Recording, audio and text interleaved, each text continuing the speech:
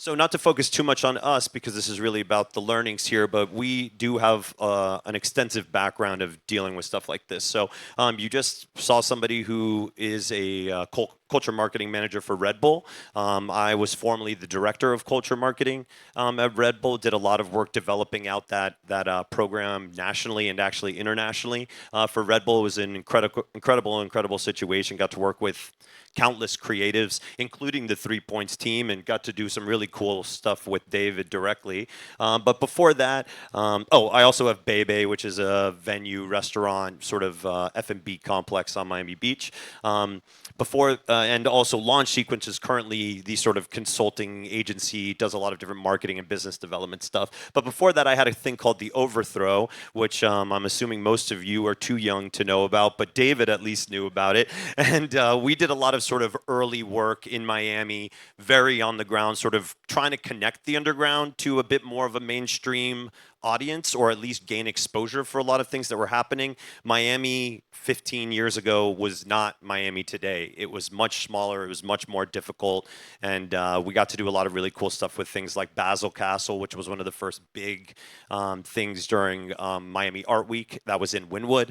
So that shows you how long ago. Wynwood was like a bunch of abandoned warehouses back then. And we used to bring like 10,000 people. It was Travis Scott's first show in Miami, Virgil Abloh's first DJ set in Miami, Chance the Rapper. It was really, really cool. And then before that, what really got me my first opportunity to work within the space of culture and marketing was with Cornerstone and the Fader. This used to be like truly the Zeitgeist magazine, and I got to do amazing partnerships and collaborations with like bands like The Strokes, The Roots, Outkast, some really, really cool stuff, and connecting them to support their careers early on with brands like Sony and Sprite and Red Bull as well. So lots of cool stuff. Hi guys, I'm Max Baum. So I worked with Cornerstone. I handed out CDs on Lincoln Road. Uh, it was a great gig. And then I took over the Gale Hotel. I was doing programming and partnerships. And then after that, with success, I went to Pernod Ricard. They hired me to do Champagne, Perrier Jouet for luxury facility venues in the southeast, and then Ibiza, Paris Fashion Week, London Freeze. But then from there, I took over all luxury brands for them, the number one luxury brand, spirit brand in the world. So from there, I left there, started working with him a little bit, just doing private events. Now I oversee, I also did, the last couple of years, I oversee luxury sponsorships and partnerships for Florida Caña Rum in Miami and Texas. And currently, I'm also the director of programming for Seaspice and their private club Air. Okay, next slide. So you could see here, and I'm not going to go into detail with all of the different partnerships that I've orchestrated, but these are a small snapshot of some of the brands that we've worked with. And the difference, up here you're looking at cryptocurrency, you're looking at F1 racing, right? So sports. Dosas is cannabis. Adidas is obviously fashion and sportswear. You see just a couple of, I think I did partnerships with like upwards of 45 music festivals during my time at Red Bull. There's a couple of the bigger ones that were more robust. Soho House, which I'm still on the board, been there for 15 years, done all kinds of crazy stuff with them. Casablanca Fashion, the Moxie is hotel groups, right? Spirit brands. So all of these are done. The key to sort of partnerships, which I don't really use sponsorships as a word anymore, right? Because I think that it has developed the connotation that someone's just paying to put their logo somewhere, and that's just kind of not the way that modern marketing works. It still does actually. F1 specifically tends to skew more towards what's called trade marketing, which is exactly a sponsorship. They're like, yeah, we're gonna pay you $10,000 to put our logo right there, and like that's it. That's all you get.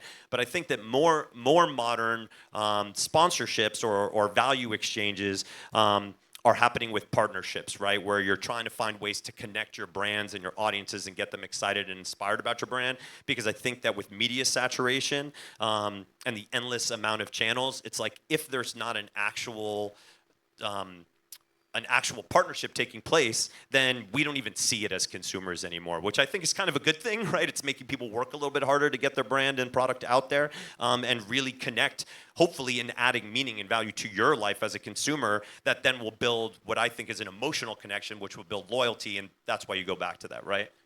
Max, do you have anything to add there? You want to go to the next? No, that's good. Next? Okay.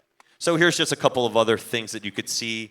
That's the actual Adidas Red Bull partnership that was there. That's some stuff from Basel Castle. That's my brother and I when we did a really cool partnership with a restaurant. This was a bit of an outside of the box partnership where we took a bar that wasn't being used and we created a sort of a disco that was there. And it was really good. It got killed by COVID, unfortunately, but yeah. The one to the left of that is a GH Mum partnership. Oh, that was Perrier Jouet partnership with the Faena for 7 days for Art Basel, and I brought Simon Hammerstein in from the box, and it was wild stuff. And if this picture next to the Soho image is familiar, that's because I started a panel series that's all about psychedelic assisted mental health treatments, and a partnership that we developed was with 3 Points, because you as an audience are very receptive and open-minded to things that hopefully will change society better for the future, and David recognized that, and we did a panel together at 3 Points Park, so it was really, really cool. So go ahead. All right, so let's get into the actual process here, right? Enough about us and all this stuff. You believe us, right? So let's talk about the courtship, right? Because that's what this is really about. So how are you going to find ways to create these kinds of partnerships? And like I said, this is top line overview. If anybody in the audience wants, I will happily send you this deck so you can have it as a reference point. And this is sort of the most basic version of this. And again, the more creative you get with this process, the more successful you will be, right? Creativity stands out. Someone pointed that out earlier, and I thought that was a really good insight.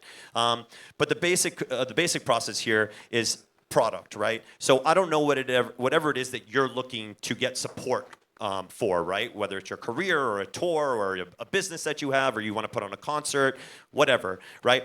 That's the product, right? And that's what you're looking for support around. So the first thing that you need to think about is, what is your product, right? Because you're going to somebody and you're making an ask, right? And we'll get into what that looks like, right?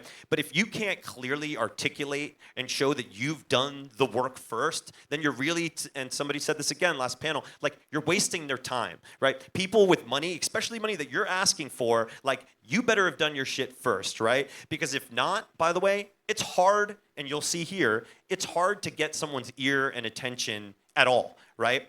It is fucking impossible to get it a second time if you have done a really bad job the first time. Because look at how many of you are in the room, right? Hopefully you're all going to work together, but many of you are also going to be trying to get the same thing, right? So you're going to be competitive. So make the best use of your time. Have your plan really outlined. And not only from your perspective, right? You know what you want, right? But most important is to understand the way that what you have is going to add value to them, right? Because whatever kind of support you're asking, it better benefit them, because they're not a charity, right? That's a whole different presentation. You want to get into grant writing, a charity? Sure. But in this situation, we're talking about business. So you better figure that piece out, right? And then the two key pieces is the one sheet in the deck, right? And then the ask.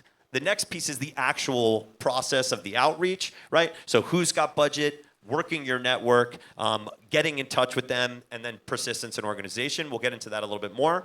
Then the pitch and the negotiation. So understanding what they need, right? First, you were understanding how you can illustrate value. Now you need to actually, that's a guess. Then you need to actually figure out what they need, right? And then how are you going to become the solution? Finding the balance between getting what you want and what they need, right? That's important. You don't want that to be too lopsided, or else someone's going to walk away unhappy. And then also being aware of in-kind, which we'll touch on in a little bit. And then the final piece, because it seems like that's the final piece, the last piece is really the execution and the recap, right? So you better kick ass. Somebody actually went on a limb and is giving you money and support. You better fucking make the most of it and make sure that they walk away very happy. And so you're going to treat them like VIPs. You're going to get the proof that shows that you delivered them what you said you were, and ideally even more so. And then a recap, right? And this is something that we sometimes forget about. Like, we do something, we do this great project, and then we're like talking about it, and someone's like, awesome, like, how? You're like, think about that through your process, because you're going to want to send that, because that's going to lead to your next one and your next one and your next one. Because once you start getting sponsorships, then this whole process becomes much, much easier. So the execution recap part is huge, because that's what they need to do to show their bosses that you did the job. And like, they have specific things that they need to show in these presentations. Like, and when you do that, once you hit it once, you get a home run with them, they'll sponsor anything you do. Like, it's just once you do one good job, it's like, find out exactly what they need to show on their report, because they've got a report. That stuff doesn't even go out half the time. You're creating content just for them to use in-house to show in a meeting. And that's it. So you could go to the next slide, because these two are really important, right? This, if there's anything that you walk away from this, these two slides I think are the most important. So when you're thinking about partnerships, right? In all cases, you're starting by thinking like, okay, I want to go to Red Bull because they have money or they have infrastructure, right? And what you are thinking about is what you need. You're like, in order for me to do this, I need $25,000, right? Or I need somebody to give me a DJ booth, right? That's the way that you're approaching it, right? But that's not what they give a shit about, right? First of all, they know what they have. And second of all, they don't really care what you need, right? What they care about is on the next slide. This is what you need to think. What do they need, right? And then what do you have? If you could walk away with anything, this is the way that you approach sponsorships and partnerships. What do they need, right? And what do you have, right? You need to illustrate value to anybody who's going to support anything that you do. All right, so next slide. All right, so this is just going a little bit more into detail about the things that were on the previous slide, right? So first things, like I was saying, is have a real plan, right? Start early. I cannot stress this enough. It is insane when people and I still get this from big companies, by the way, so this is not a finger point to anybody in the room. I am shocked the regularity that I have people from big brands, huge international brands, coming to me 3 weeks before Miami Art Week, being like, we want to do an activation, right? And I'm like, are you fucking insane? I'm like, there's no venues. Everything's expensive. I'm like, you're going to pay double my rate, because now I got to spend so much time figuring out all the stuff that you fucked up, right? Everyone's print shops have been ordered long time ago. I was like, it's unbelievable. So start early. Right? The longer you're ahead of it, the better. I have 3 to 6 months as like an actual thing. Very early is when you're really successful. And I know that that's sometimes hard as creatives to get your head around, right? But if you ask the person who was up here from Red Bull, when they start assigning the dollars that they're going to use for support, they're doing it 18 months in advance. 18 months in advance, okay? That's how long they're doing their business planning and budget allocations. So it's, yes, they do have money, and yes, they are supporting things, right? But they made those ideas a long time ago, right? So get way, way ahead of it and build these relationships for the future. And don't get frustrated if you go to somebody even three months before your thing and you feel like you were there, because it's not going to be a waste of time. Because if you go to somebody who especially has big dollars and they can't support you this year, if you kick ass, they're going to think about that for being like, oh man, they did a really good job. I'm going to put them into my budget for next year, right? So you may get the next year. So it's an ongoing cycle. And then also using this early planning stuff, you can find out the fiscal periods, because the beginning of the year, it's easier to get funding. End of the year, you're not going to see anything. Really hard. I'll offer product. And then other things that are really good to have locked in, and again, every business plan has a different thing, but like the details, like the actual things that show that this thing is a real thing that they're going to put money behind, not like an idea that hopefully you will get your shit together, is like getting your venue confirmed, being like, I have a hold on this date at this venue, right? The kind of artist that you're going to work with, your team, right? You're going to go pitch to somebody, right? And if you're lucky, it's you doing the pitch. And then you're going to be like, yeah, we're going to do this huge thing, and this is amazing. They're like, great. Who are they? Who are the people that are going to help you do this? If you can prove out, like, I have this awesome person, they're going to help me with the execution. This is my creative team. This is the other person that I have on board. They're going to be like, oh, okay, this is a real team. I could trust these people, because in the end, that's what this comes for, right? They're taking a chance on you. So you want to make sure that they feel really comfortable that you can deliver what you say you're going to deliver. So that's the real plan piece, right? Value for you, this is what I was saying. They are not as cool as you are, all right? So let me just explain that real quick, right? you're going to put a lot of things into, you're building this plan, right? And you're so excited about it because it's really cutting edge and it's really going to break the mold, right? And all of this stuff, right? And you're all creatives, so you're way ahead of the curve as it is, right? They are way behind the curve, right? These people are like working for big companies. They're planning shit 18 months in advance. They've got a bunch of bosses that are constantly on their ass, right? They don't know or even really care about like who is going to be the next big artist that you're placing a bet on, and you know because you know their manager and they're working with this producer, all that inside shit. They're not going to really care about that, right? What they are going to care about and their bosses and their bosses' bosses is the deliverables, right? They have targets, and how are you going to help them do that? And the number one thing that you are going to have in 90% of the situations is your audience, right? The people and community that you are part of, right, is very difficult, right? You set trends, right? You're actually making things that 3, 4, 5 years down the road is going to become the thing that everybody's doing and it's mainstream and all that stuff, right? So getting in touch with those kinds of people and building relationships with those communities is one of the most difficult things to do, right? And that's the thing that you have that they really want access to. So in the end, how can you showcase that that's the value that you have, that you are in touch, that you can reach people and that you can make an impact and an impression on their lives? So then, how do you do that, right? How do you take these first two things and do it? One sheets and decks are absolutely, these are like non-negotiable details. Yeah. Now, how you make that happen is up to you. You should have both, right? A deck is a presentation, usually done delivered in a PDF, right? Similar to this, that showcases what the idea is, right? This is it in one sentence. Here's a bunch of really cool details. Here's where it's going to take place. All the other stuff there, you wrap it up, and that way you can email it to them. A one sheet is an even more condensed version of that because it's going to take work to get somebody to read your deck, right? Yeah. They don't really have the time or the care to read through all of the details, right? So you start with something that's really exciting that's either put in a one sheet, and now something that I'm seeing a lot of, which I think is really good, is people are even taking the details that would normally be in a one sheet and they're putting it into like a little video. So like it's 30 seconds long, right? It's got all the information. You send it to them and people look at that on their phone, right? Because you text it to them and they're like, wow, this looks awesome. Yeah. Now you have a conversation. Now there's interest. Now you send them the deck because really that's already the beginning of the negotiation. Yeah, the one sheet is like that, just how you start the conversation. Like if I'm interested, then I'll go through the deck, and like decks come, they're 30 pages. I'm looking for 3 pages. Yeah, keep it tight. People are busy.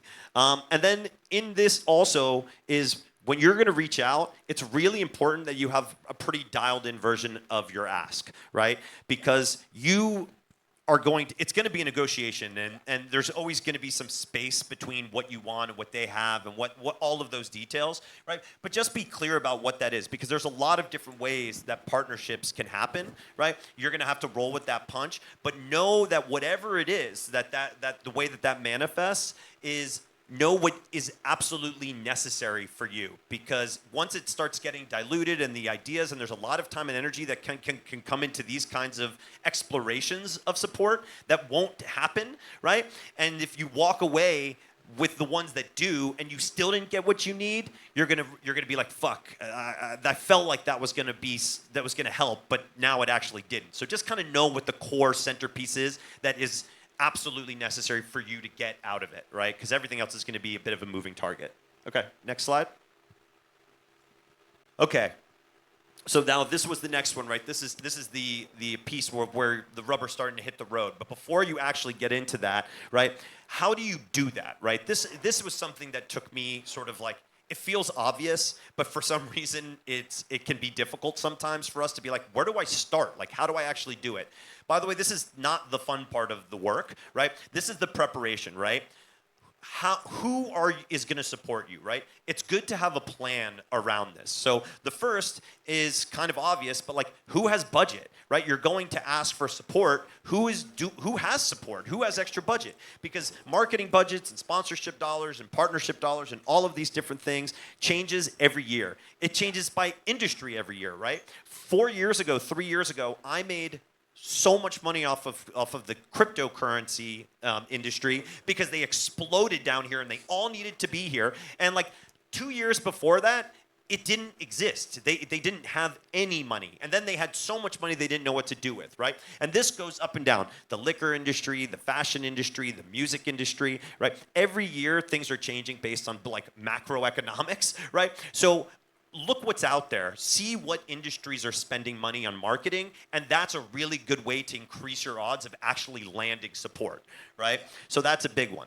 Also, back to the fiscal calendar. Find out when those are, because it's a totally different thing to ask at the beginning of the calendar, because it's not always January. So find out when that is and try and get in there early. And then the last one on this one is often it's not the cool brands. This is something to keep in mind, because like very often our instinct is to be like, oh, well, the thing I'm doing is cool and that brand's cool, right? So like that would be an ideal match, right? But cool brands are already cool, right? That's like kind of their thing.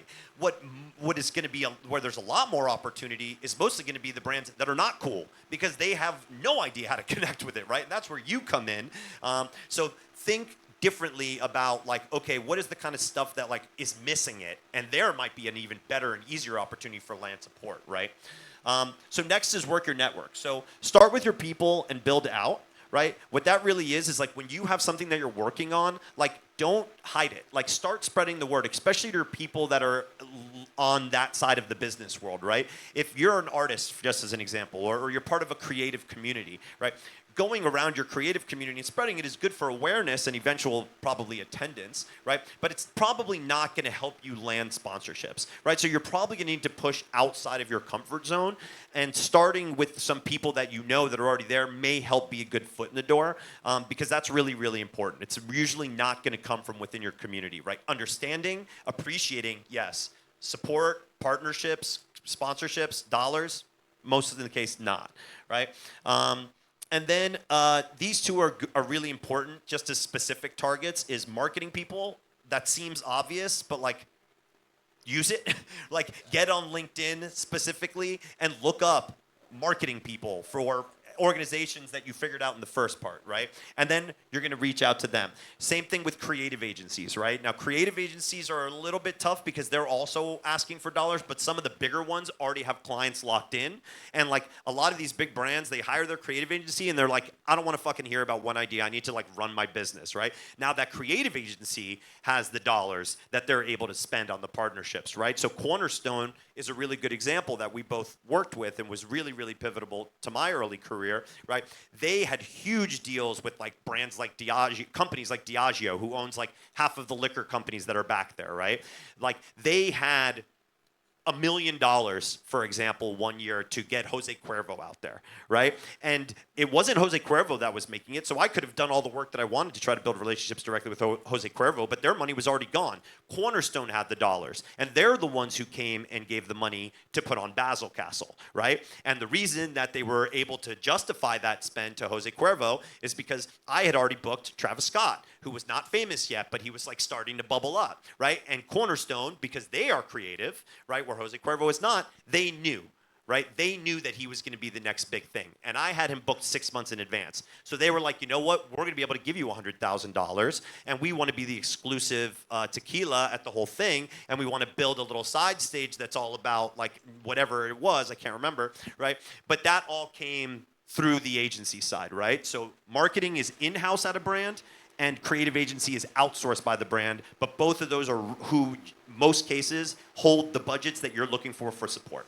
Yeah, a lot of the sponsorship deals that I get are from agencies that contact me. They're like, we have this group, and they're based in New York, so they want to find cool events in Miami or something that I'm interested in, and something that makes sense. Right. It always has to make sense. Like, it has to be similar, like, cohesive, right? Yeah. Okay, then hunt them down. I was doing this, and again, these things seem obvious, but it's just like sometimes you're like, oh yeah, like duh, right?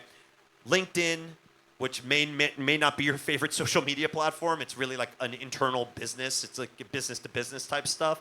Like there is so much information for people who have money for sponsoring and supporting your events that are just sitting on LinkedIn being like, how do I get in touch with creatives, right? Like you do it. You go out and find them on LinkedIn being bored, and like you'll get their emails, you'll get their phone numbers, hit them up, go to websites. It's unbelievable how often I was able to land shit by like going to a website, finding the contact information, getting in touch with like an attendant, right? You know, like the person who's answering the phone, and being like, hey, I'm trying to get in touch with the person who's in head of your marketing, or hey, I'm trying to get in touch with the person who's leading the Nike account. And they're like, oh yeah, sure, let me put you in touch right now. And like all of a sudden they're like, hello? You know, and you're like, what? You're like, I'm on the phone with the guy from Nike. How the fuck did that? It's like, it's that quick sometimes. Yeah, you know? just got to reach out. You just got to figure out what they like. So like Instagram, shit. Man, I once set up a crazy partnership with Jaquel Knight, right, who is Beyonce's choreographer, like did Single Ladies video and all of her onstage stuff. I fucking hit him on Instagram. I was like, yo, man. I was like, I'm a big fan of your stuff. He's like, cool. What do you got going on? And I was like, shit. What do I have going on? I literally showed you that in the back room from one of the guys I liked.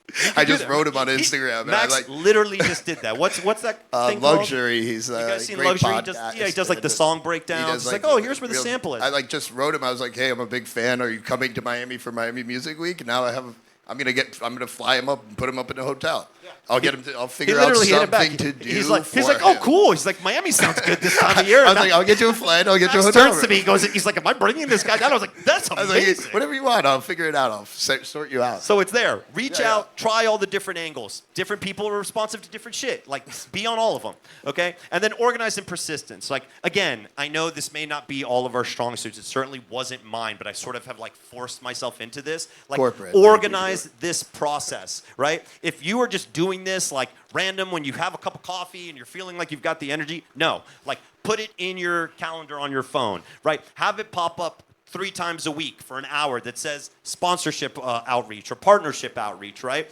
Build a spreadsheet on Google Docs. It's free, right? Outline all of these 3 other steps, right? Put them in there. All the brands going down, what category they're in, their email addresses, their phone numbers, right? Instagram accounts, all that stuff. And then put little dates by when you reached out, right? If they didn't get back to you in 3 days, reach out again. It's been 2 weeks. Reach out again. You got in touch with somebody. They said they'll get back to you. They haven't gotten back to you. Reach out again. These people are busy. Persistence. Organization. I cannot stress this enough. You got to remember the people you're talking to are usually corporate, and corporate is training and organization. That's like all you do. That's great, but it's hard to get to there if you haven't been in a corporate situation. Yeah, just before we dip from this slide, up in this top right is a platform that's for you to use called HubSpot. Like, this is a sales thing. I don't love sales, but again, like sometimes the things that you dislike the most are the things you need to work the most, right? HubSpot can be something that will help you do this process in an organized way. So if you're not somebody who like creates spreadsheets on your own, HubSpot can be used to help you do that process, right? And there's also a fuck ton of information on there also for contacts. Like, it populates a lot of that stuff for you. So, okay, next slide. Okay, cool. So now that things are happening and you're starting to get in touch with people, right? What's going on? So what do they need, right? Again, these are the things that you're going to want to make sure that you're keeping track of. So content is often something that brands are looking for, okay? Data, right? They need to have information, contacts, the people that you're getting in touch with, where are they, how much are they making, who knows what it is, right?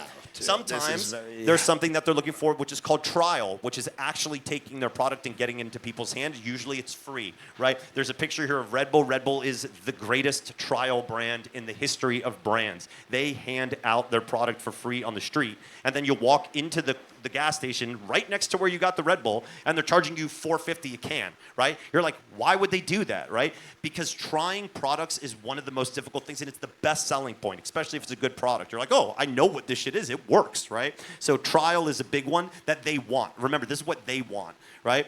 Brand share is like getting their logo in stuff places, kind of like that tequila thing that you see there that was at 3 points last year. And then integrations. That's like really getting in there. It's again, 3 points has been very, very good at this. They do some really, really cool brand integrations where they're actually taking the idea that the brand has and building something custom around it, getting them actually involved. That's one of the most powerful sort of support strategies that you can do. Yeah, that's how you get return sponsorships. Yeah. And that's what becoming the solution is like, so they likely know what they need, right? But how are you going to make that something that you can deliver? this is where like on the spot creativity comes from, right? Because you know that you need something, right? You know that they know that they need something, right? How are you going to be the fit for that, right? So this is where you're going to need to, where you get to put on your artistic creative side and start to think about, they're like, oh, well, okay, I need to sample 10,000 cologne samples, right? This is a real example that 3 Points did last year that at first I thought was like, oh, that's kind of silly. And then I was like, oh, it's kind of genius, right? Bunch of smelly people are fucking running around sweating their ass off all day at a music festival, but like also they're meeting people that may be prospects for like, relationship, right? And you smell like sweat. Then all of a sudden someone comes up to you and gives you a thing of cologne. You're like, oh shit. You're like, man, I really needed that. And you're like, smart marketing, right? So figure out what that is. I wouldn't have thought of it. They did. Very smart. There's about 1 million ways to do that. Every time you see a brand at a place, there was somebody who had to figure that piece out. So you will need to be that. And the more valuable and creative you can do that with hitting those targets, the better. The more money they'll give you, right? And then this is important, is find the balance, but get yours, okay? So this is business, right? I said that at the beginning. I'm not talking about like creative collaboration. I love collaborations. It's really my favorite piece of it, right? But we're talking about business partnerships. And so you need to make sure that you're going to get really excited when you get in touch with the person from Nike, right? You're like, holy shit, I got in touch with this person. Okay, oh my God, they're listening to my deal. Oh my God, they're excited. This is actually something that could happen, right? And all of a sudden it comes down to, you're like, okay, great. So let's like, how are we going to do this? And this is like the constant, because they want to stretch their budget as far as possible. All of a sudden they're like, oh yeah, well, all we can do is we can give you 50 pairs of shoes. We can give you 50 free pairs of Nikes to give to like your people or to the artists that are performing at your thing or to whatever, right? And you're like, that does not fucking help. That's very cool, right? But that's not going to help you pay your bills, and it's not going to help you pay your people, and it's not going to help you pay your artists and pay all that shit. So like, be very careful of when people start throwing out the term in-kind, right? In-kind just means they're giving you shit, which is what they need to do anyways, right? They're just asking you. They're fucking you over is what they're doing in the most cases, right? Now, unless you're in the situation that you don't necessarily need the money and you think that by doing an in-kind sponsorship or an in-kind partnership that you'll be able to get a big thing next year, first of all, very, very dangerous. I really don't recommend it, right? Because now what they think is you're kind of their bitch, right? And you don't want to build that reputation, right? And then now that they know that, like even if they are going to give you something, it's going to be an increment because now they can drip out the money, right? They're going to spread their budget and they're going to hit it with people that they've already done. So just be very, very careful about that. Because in the end, you do want to please them. You want to make sure that they get what they want. That's the cornerstone of this, right? We're thinking about what they need. Just make sure that you also get what you need. It should be a fair balance. Yeah? What's the usual counter to a situation like that? I mean, the truth is being like, well, yes, we can do something with your product. We want to do that. But like, this is also what we need in order to make that happen, right? And you could there's a nice way to say it. Be like, hey, like, I have a team of people doing that. The cost of me doing this event is significant. So in order for me to even facilitate the giving out of stuff, I need support. I need actual real support from you. And you figure out what that value is. The more successful you are, the bigger you are, the better organized you are, the more data you have, the more that you can justify money. But just make sure that like you can say no. I have told so many brands in the nicest way that you could possibly word an email, fuck off, right? Like, no thanks. Keep your product. Go sell it, right? Go stand over there and do it. Don't fucking come into my festival and my event that I busted my ass for 6 months and taking a risk and couldn't pay my shit because now you're going to give it out for free? You're like, oh, why didn't I think of that, right? Like, why don't you let me do my festival for free in your office? How about that? That'll work, right? So that's that stuff.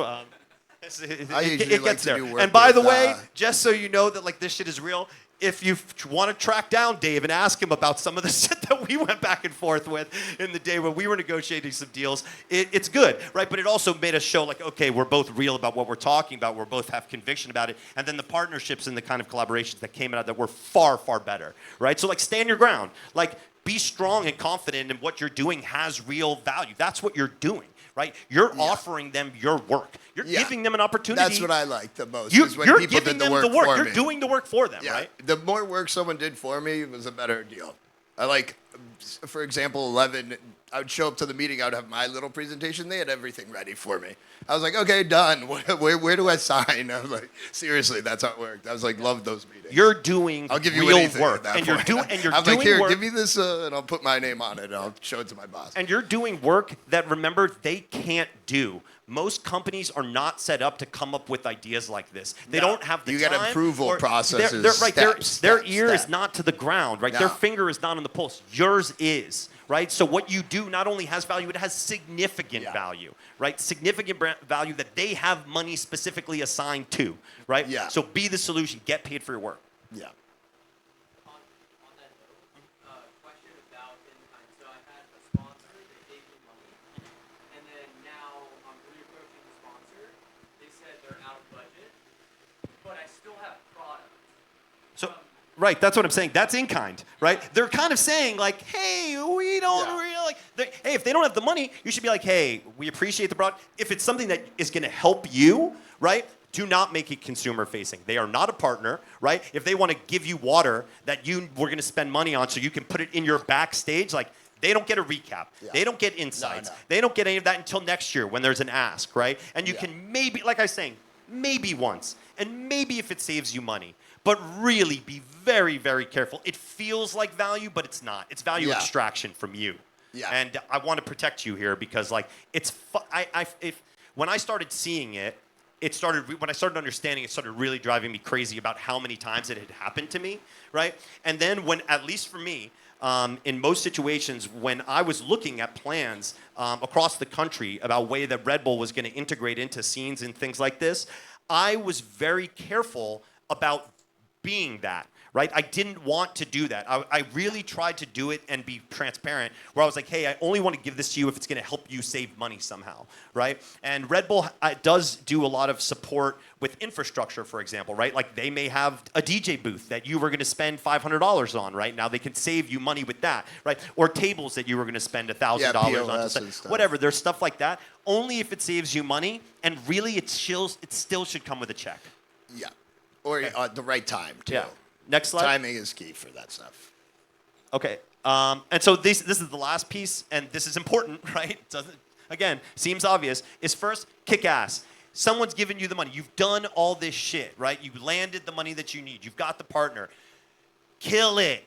Do not forget about them. Once the check hits your account, like, keep them top of mind. I know that your real goal is your thing, right? Like whatever the thing is that you started all this 18 months ago, right? This whole rest of this presentation about, that's what you really care about. But do not forget to make sure that you deliver on what your promise is. And in most cases I said here, just over deliver, Yeah. right? Really show that, okay, they gave you $10,000 this year. They're going to be like, holy shit, $25,000 next year, $50,000. There are people that you could start small baseline relationships with that 5 years down the way could be paying for your whole fucking business, right? Like it happens. So make sure that you kick ass. Yeah, like, so these recaps, you're going to create content, you're going to create videos. Make a second one with their logo on it more. Extra 5 seconds. Because they're not going to use it. They'll show it to their bosses, and that's what they want to see. Yeah. Like, make sure their shot list has that shit. Like, before the event starts, make it look even cooler. Put it at, like, the main stage, whatever it is. Like, blow it up, take it away. Yeah. You know, it doesn't need to be a major touch point all the time. That is a great call. Customize the thing, right? It's For just sure. a logo swap out. They don't Yeah. need to see the other brands. They don't care about what the other No. brands are. Make it for them. Make it for right? them. Remember, always think, what is the value that they need? Make it easy for them, and they will cut you more and more checks. It's Yeah. just a fact. Unless it's like similar luxury And brands. this is another one, and Max is amazing at this, is when they also, this is a thing that also falls apart, and by the way, this can kill. It doesn't matter about the recap that you send in, how good of a job you did. These people are going to usually bring their boss, right, to the thing that you're doing, because they need to justify. They're like, oh, look at how cool this thing is that we cut $15,000 check for, or whatever, right?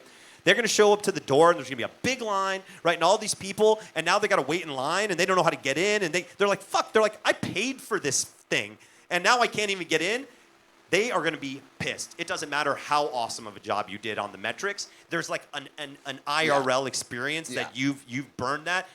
set them up. Have a liaison, someone specifically for them to contact. VIP wristband, someone who can walk them around. Walk be them like, around, oh, show here's them your back a thing, house. and look at this thing, and we have it Yeah. backstage. And oh my God, earlier today I saw the DJ drinking your shit. Like, oh, he was saying it was awesome. Like, that goes a long way. So make sure that they're treated like VIPs, right?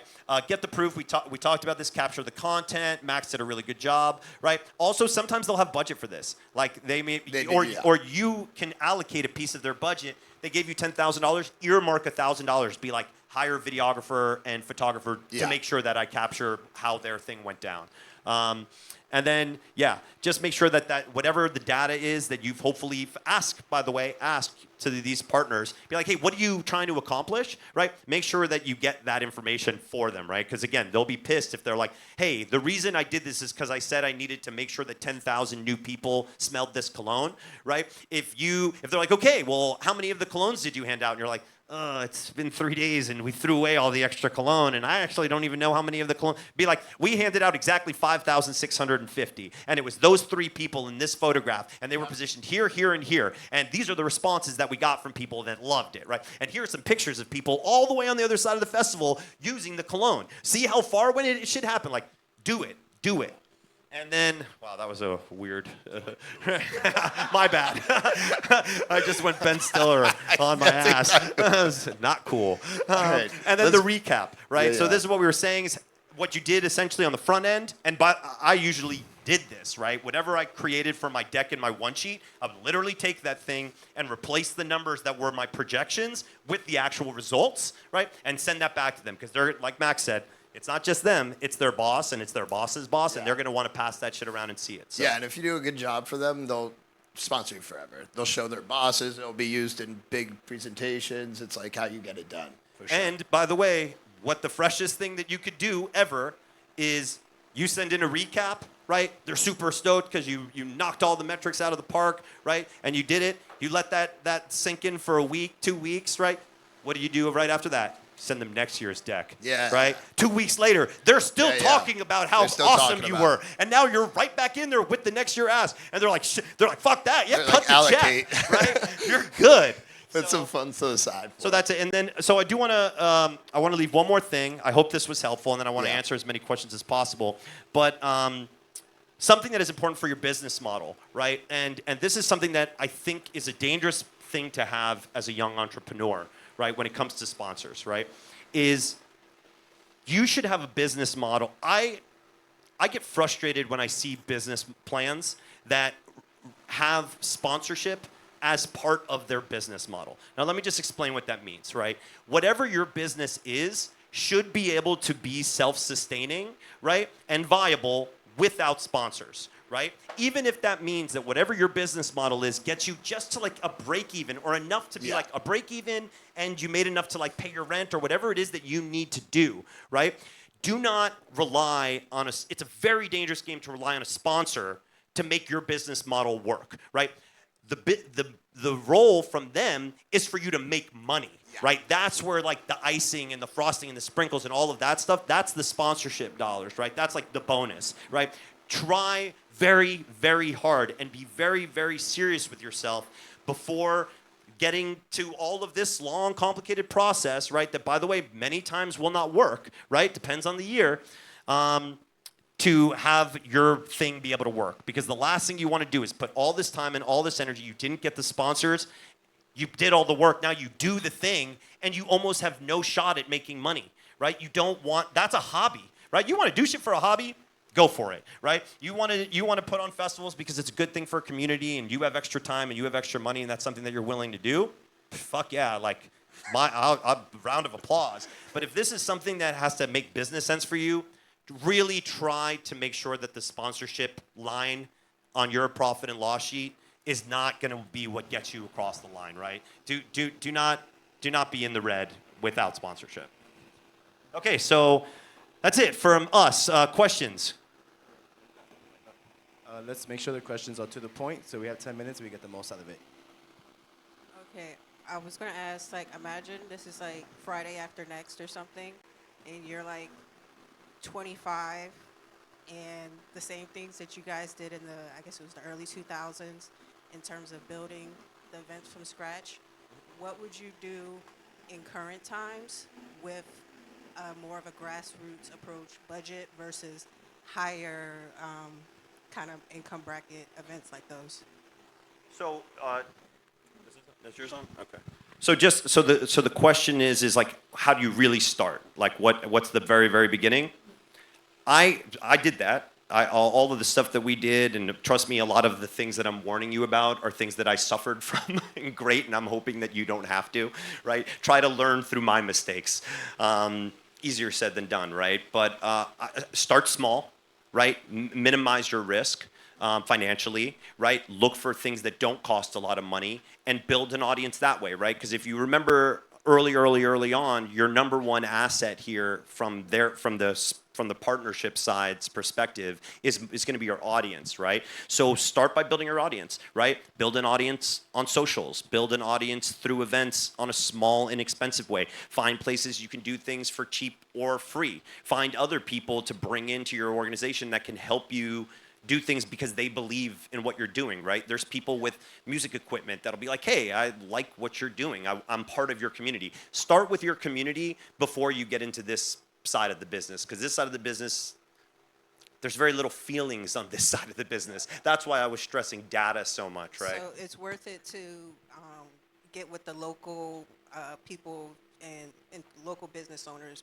rather, and focusing on having them sponsor. Yeah, and yeah, that's building your community. And what I was saying also, because this presentation was primarily about large scale partnerships and sponsorships, right? So what I was saying about in-kind is it really applies to them because they got a fuck ton of money, right? They don't need to fuck you over. But in-kind is okay for when you're getting started, right? Especially if it's local people, especially if there's like a real reciprocation, like that's good. You should start it there, you know?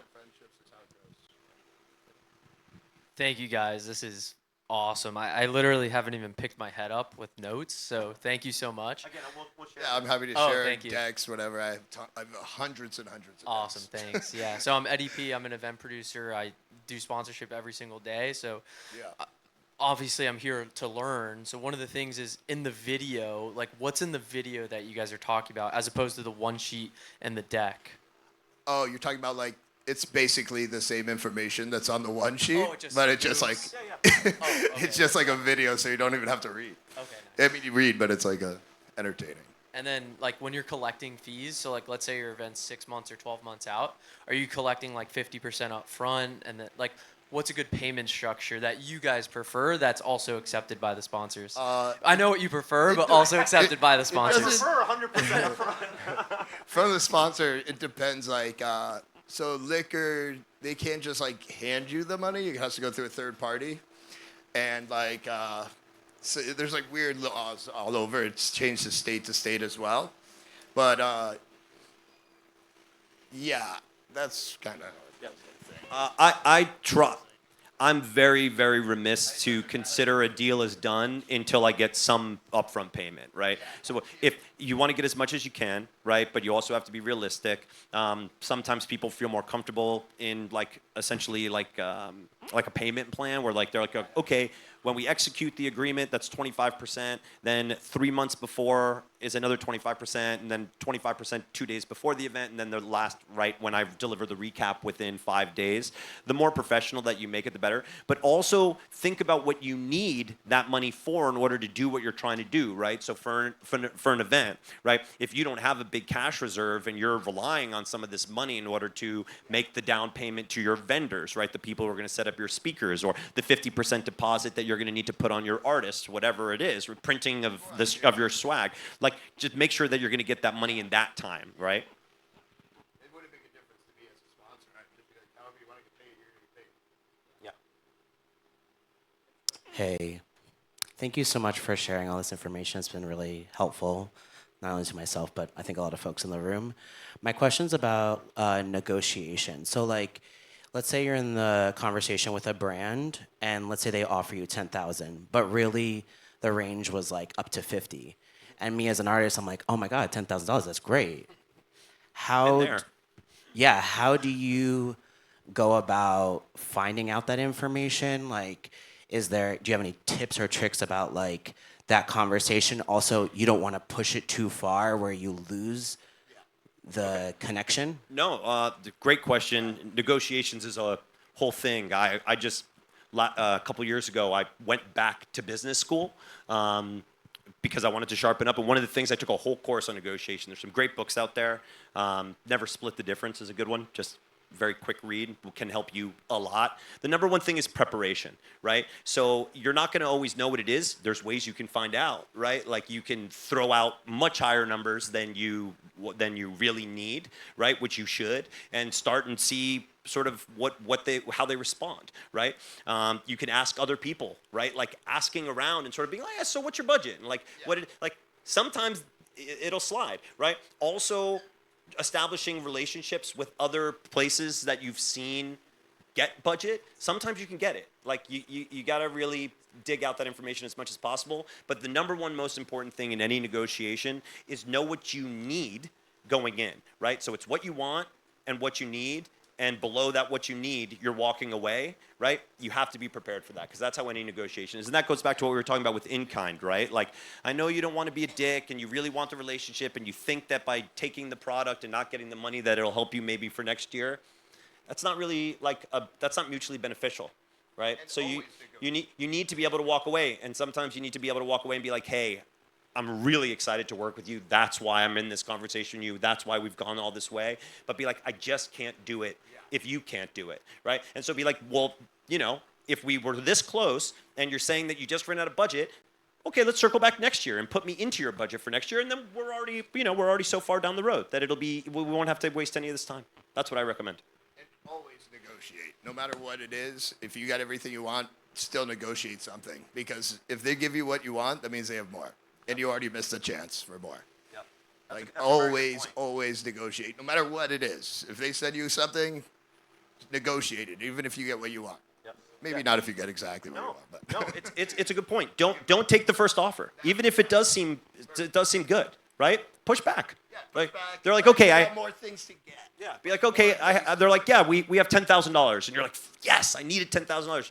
You should be like, well, but I really need 15. Right? They may be like, okay, right? If you say 10, they might be like, shit, I had 20, Like, that's really what they're thinking. really what And by the way, they should be doing that. That's what they That's should be doing. that's Everyone responsible else on their side, right? And you need to be responsible for your side, right? You should give yourself a bit of a buffer, a cushion to negotiate, and they certainly should as well, right? So.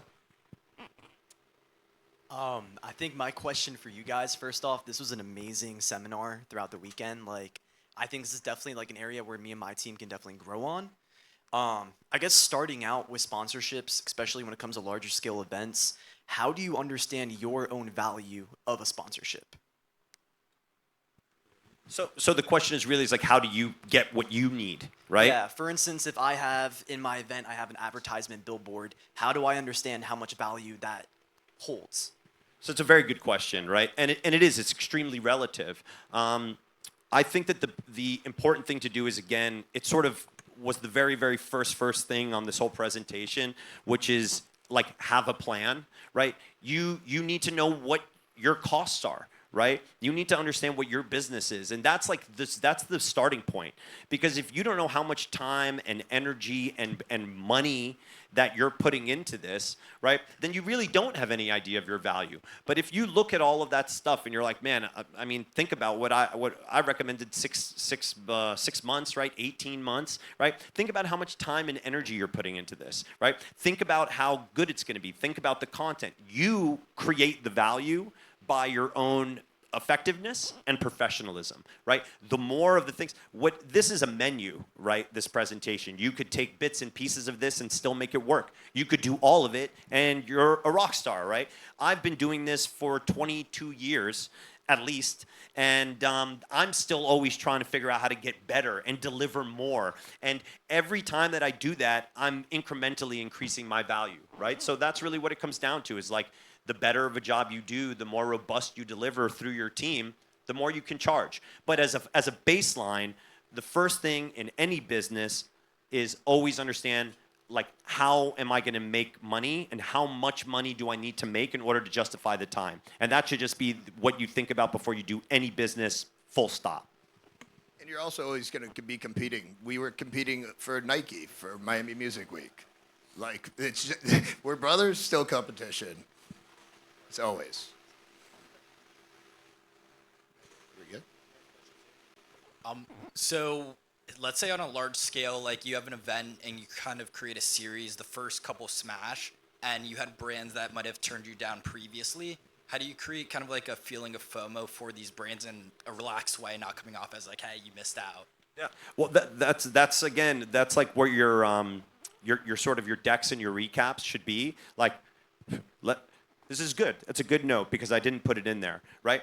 Even the brands that didn't respond to you, right? Or they said, oh, we don't have budget this year. Don't forget about them. That's why you have that spreadsheet, right? That's why you're organized and that's why you're prepared, because every single person that you reached out to, they all get the deck, right? They all get the recap, right? It's less specific, and you're not going to tell them all the money details, and they're not getting all the information that the people who did pay you for, because those are your actual partners, right? That's the partnership, right? But everyone should get it. You should always be stoking FOMO, especially at those people, right? Because not this year, but maybe next year, maybe the following year, like they're going to come around if you're really kicking ass and they still need it.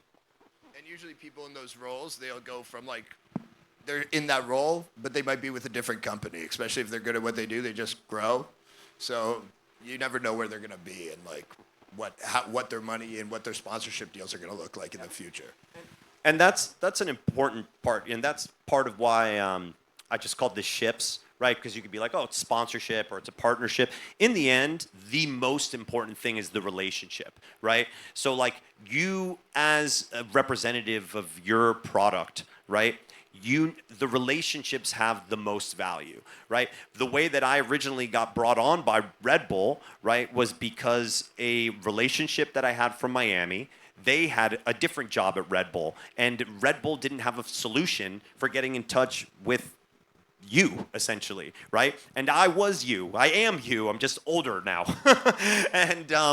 and so I was doing Basel Castle, and I was booking things, and I didn't do it because I wanted to make a bunch of money or that I wanted a job. I did it because I thought it was fucking awesome. And I thought that everything that was happening during Miami Art Week, where there's all this money and media and attention, everyone's fucking so cool and it's important. No one was speaking to me in my audience. And I was like, well, I'm gonna do it then, you know? So I started doing it, and I didn't have a really good business model. It did cost me some money. I just worked hard and made up for it in other angles, which is, by the way, I'm saying, try not to do that, right?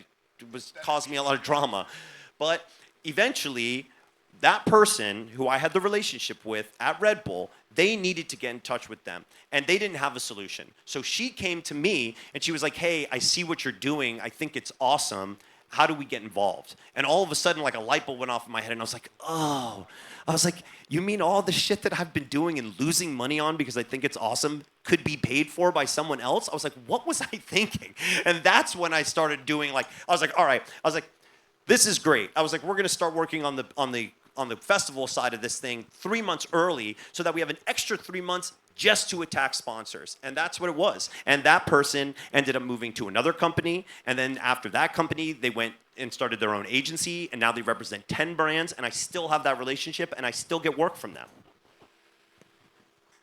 All right. Thank you so much, Max and Sam. That's all we have for questions this time. Their emails are right there. If you have any more, be persistent.